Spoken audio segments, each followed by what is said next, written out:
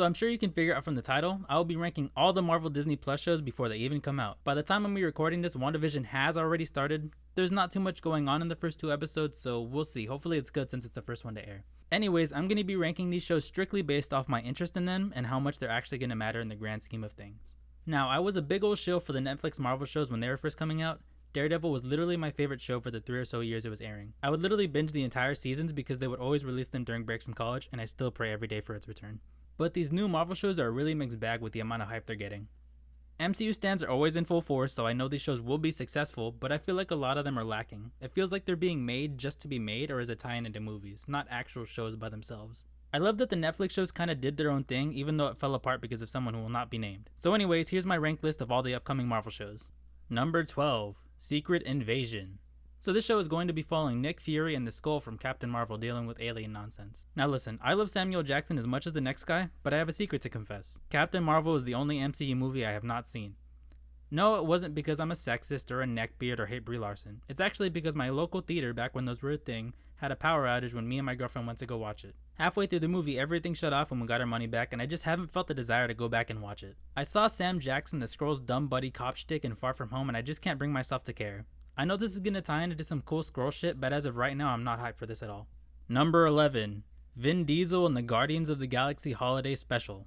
I'm actually a sucker for a dumb holiday special, but I feel like this is just grasping at straws for a show. Watching Vincent Diesel say I am Groot for 8 episodes and watching hilarity ensue does not sound very great. I know James Gunn will most likely be making it, and it'll be decent, but the hype for Groot has died down since Guardians of the Galaxy 2 4 years ago. This isn't my fault. Number 10, But What If? I feel kinda bad for putting this show so low, but due to the fact that it's an anthology series, it holds a lot less weight than the rest of the shows here. In this animated show, the MCU is revisiting all their old movies but with a goofy twist. The idea is fun, and I like that it's gonna be animated so they can do all the dumb bullshit they want in the show. It kinda feels like the intergalactic cable series from Rick and Morty where they're just throwing it in there so the nerds working at Marvel can dick around and have fun. It's exciting, but not that exciting.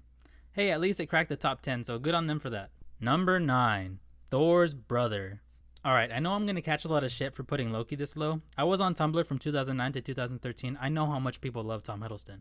When this show first got announced after the evil version of Loki escaped during Endgame, I actually thought it sounded pretty fun. But then the Disney Investor Day came and the trailer came out. God damn, does this show not look as appealing as it first seemed. To be fair, I'm pretty sure I'm wrong about this pick. It'll come out and probably be really fun, but as of right now, my hype for it has completely died down. This whole space prison angle or whatever seems like it's gonna take a couple episodes for him to become the god of mischief or whatever, so I'm not bought in yet. I don't know, we'll see. Number 8, Mrs. Marvel. Okay, so I've already mentioned my slight disconnect to the Captain Marvel side of this equation, and to be fair, that is my fault. But you know what isn't my fault? The Avengers game that came out last year, because that killed a lot of momentum the general public felt about Kamala Khan. I don't know why they thought it was a good idea to force the player to focus on her story so much after promising everybody's favorite characters. It's a big oversight. If you don't know, Miss Marvel is a character inspired by Captain Marvel, who is a Pakistani-American teenager. Her appeal is kind of like Spider-Man's slice of life and superhero stuff. I'm still excited to see what this show brings. I mentioned in my last video how much I appreciate representation in media, and having a Muslim superhero in a country where Islamophobia has been an issue in the past is pretty cool. As of now, the show doesn't feel too heavily connected to upcoming movies, so I feel like they can really do the character justice. Also, they kind of fumbled the bag with the Inhumans, so maybe they can explain that better here. Or maybe they'll just make her a mutant. It doesn't matter. Anyways, moving on. Number 7, The Iron Lung. If I'm honest, I feel like the show should be lower than it is. Riri Williams is a pretty new character when it comes to the comics. She's this teenager who makes her own Iron Man suit in the comics. I'm hoping these shows can stand alone on their own. Obviously, Iron Man is big dead at this point, and a teenage genius wanting to try their hand at making their own suit makes sense in the world that they've built. This show was announced fairly recently, so there's not enough information to hype me up or kill my anticipation, so it's right here in the middle. Number 6, Bucky and the Bird Person. So I had this phase after Winter Soldier came out where I wanted to go back and read some of his bigger comic book arcs because I really liked the movie. So it bums me out to say I'm not really looking forward to this show. I'm gonna watch it, obviously it's this high up on the list, but honestly I feel like it's because I've already invested enough time into both of these characters. I just don't really feel like Anthony Mackie and Sebastian Stan have enough of that MCU charisma to carry this show. They had some cute scenes in Civil War, but that was 5 years ago at this point. All the trailers have cool little bits that we know are going to be in the show. US Soldier, Baron Zemo, and Red Hulk are all involved, so it sounds like a big dumb comic arc, so I'm sure it'll be fun enough. Hopefully I'm wrong and it gets me back to how much I like the Captain America side of the MCU. Number 5, Pleasantville. Not gonna lie, when I sat down to write this script, I kinda thought Wandavision was gonna rank higher, but this feels like the right spot for it. Wanda and Vision are kind of both underdeveloped characters, so it's cool that they're getting their own show to bring that out, but it's also hard to care too much if that's the case. The romance as far as the movies go has always been kind of rushed and weird. Not even weird in the he's a robot, how does that, work kind of way. but in the way where their scenes together, they don't really have chemistry. That being said, the trippy visuals and the tie-in with Doctor Strange, as hypocritical as that is, has me excited about this show. Quick editor's note, I'm writing this now as I've seen the first 2 episodes and honestly I got what I was expecting. No spoilers, but I love it when this show gets kinda creepy. It reminds me of Don't Hug Me, I'm Scared. But the first episode was a little hollow. Anyways, moving on. Number 4, Mark Ruffalo's cousin. I feel like She-Hulk has always been one of those characters. You know, the ones where you didn't really read comics as a kid, but you knew of her. You definitely knew about the Hulk. But when you find out that he has a cousin stuck between being she and Hulk has always been really cool. She-Hulk walks around tall and green and she doesn't really worry about anything and she still pursues being a lawyer. I don't know, man, she's a cool street level character we're all accustomed to. I don't need to explain myself. Also, she's being played by Tatiana Maslany. I never watched Orphan Black, but a lot of people have, and she's been praised for a long time for being a really underrated actress, so having her take over this fun role is exciting. Mixing comic book bullshit with a Law and Order type situation like I think they will sounds like a good show. Number 3, Rock'em Sock'em Robots. Okay, so I know this show has no right to be as high as it is, and to be fair, my defense for the pick is not very robust.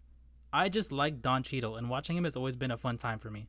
War Machine is just another one of those characters you're fond of. I remember when Marvel vs. Capcom 2 was out, I would always pick him instead of Iron Man because he was the cool, mysterious friend. I feel like the residual appreciation for Iron Man that has me excited about Ironheart is like threefold here. I feel like it's all but a given that Justin Hammer will probably come back in this show, and as much shit as Iron Man 2 gets, Justin Hammer was a great villain. Watching Iron Man's best friend continue his legacy and make sure his technology does not go into the wrong hands just sounds like a cool show. I can't wait. Number 2, the CW's Arrow. Okay, so this one's a little controversial for me internally because in the MCU, I have never cared about Hawkeye and I don't particularly like Jeremy Renner. However, like a lot of people know, this show is based on Matt Fraction's run writing the character. This comic book arc was so popular when I first started reading comics in like 2012. I never read the whole thing because as it was coming out, I wasn't really into buying monthly issues unless it was my favorite characters. But I read the majority of the issues online and it's really good. They already caught a couple shots with the actor standing around with the popular dog from the series. He's commonly known as Pizza Dog, which is good enough to get me to watch. But we also have Kate Bishop being played by Haley Steinfeld, who we can assume will be taking the mantle from Jeremy Renner's character. I don't know why I have such an affinity for bow and arrow themed characters, but if we can get one in the MCU that isn't boring, I'll gladly watch this. Number 1, Moonlight. Okay, this is the part of the video where I get to unabashedly shill. A lot of people who do not read comics meme about Moon Knight being a whack version of Batman, but those idiots are wrong and it's not too late to be on the right side of history on this. Honestly, Moon Knight is a hard character to get into. His backstory is convoluted as hell. He's crazy, but like, explicitly. Everyone kinda knows Batman is crazy, but with Moon Knight, they straight up tell you that this dude is dealing with something for sure. He's also possessed by like this Egyptian god. I'm serious, I know it sounds stupid, but it's fucking cool, I don't care. He draws his powers from the fucking moon like a goddamn waterbender. And I didn't even mention he's gonna be played by fucking Poe Dameron, who's like the pride of Central America. He's like the best. I know he was pretty shit at being Apocalypse in that X-Men movie, but I have a good feeling about him playing Mark Spector. Moon Knight has a split personality too, so he can go from being a brooding vigilante to like a smooth spy to being the embodiment of the moon god. It's so dumb, it's great. The gritty street level hero BS I love so much in Daredevil feels like it fits perfectly for the show. No show could have me more excited. So there we have it, that's the list. I know this video wasn't based on very concrete facts, but my anticipation for a lot of these Marvel shows has been lacking, and I want to revisit this video in the future and see if I was right. The movies are meant to be bombastic and over the top. This lineup of limited series is the best opportunity to have a complete run of a story that can get to a comic book level of storytelling. So I'm hoping for the best. Hey everyone, thanks for watching. If you liked the video, then click like and subscribe. If you want to tell me that I'm wrong and Moon Knight is actually really dumb, please say so in the comments. I'm going to talk about one of my favorite movies in the next video, and then after that I'm probably going to switch it up for a bit. Anyways, thank you for watching.